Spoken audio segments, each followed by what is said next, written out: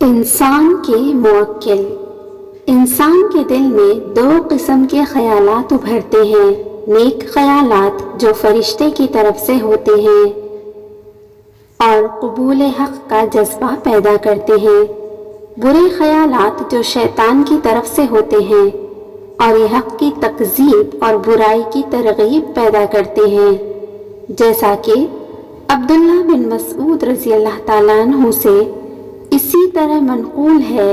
اور حسن بصری رحمۃ اللہ کا قول ہے کہ یہ دو قسم کے خطرات ہوتے ہیں جو انسانی دل میں جاگزین ہوتے ہیں، ایک خطرہ اللہ کی طرف سے جبکہ دوسرا شیطان کی طرف سے ہوتا ہے۔ اللہ تعالیٰ اس بندے پر رحم فرمائے جو دلی خطرات پر توجہ کرتا ہے کہ اگر یہ من جانب اللہ ہے تو اسے پورا کرے، اور اگر ابلیس کی طرف سے ہے تو اس کے خلاف مجاہدہ کرے۔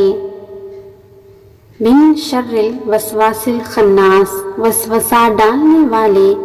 اور چھپ جانے والے کی برائی سے۔ اس آیت کی تفسیر میں مجاہد فرماتے ہیں کہ وسوسہ انسان کے دل پر پھیلتا ہے جب وہ اللہ کا ذکر کرتا ہے تو وسوسہ ڈالنے والا خناس پیچھے ہٹ جاتا ہے، اور اگر انسان ذکر اللہ سے پہلو تہی کرتا ہے تو وہ دل پر اچھی طرح چھا جاتا ہے۔ مقاتل کا بیان ہے کہ یہ شیطانی خنزیر ہے جو انسان کے دل میں لٹک جاتا ہے اور خون کی طرح اس کے جسم میں گردش کرتا ہے، اور اسے یہ طاقت اللہ نے تفریض کر رکھی ہے، جیسا کہ ارشاد خداوندی ہے جو لوگوں کے سینوں میں وساوس پیدا کرتا ہے۔ جب کوئی ذکر اللہ سے غافل ہو جاتا ہے تو شیطان اس کے دل میں وسوسہ اندازی کرتا ہے، حتیٰ کہ خناس شیطان اس کا دل نگل لیتا ہے، اور اگر وہ اللہ کا ذکر کرتا ہے تو شیطان اس کے دل سے دور جا چھپتا ہے اور اس کے جسم سے نکل جاتا ہے۔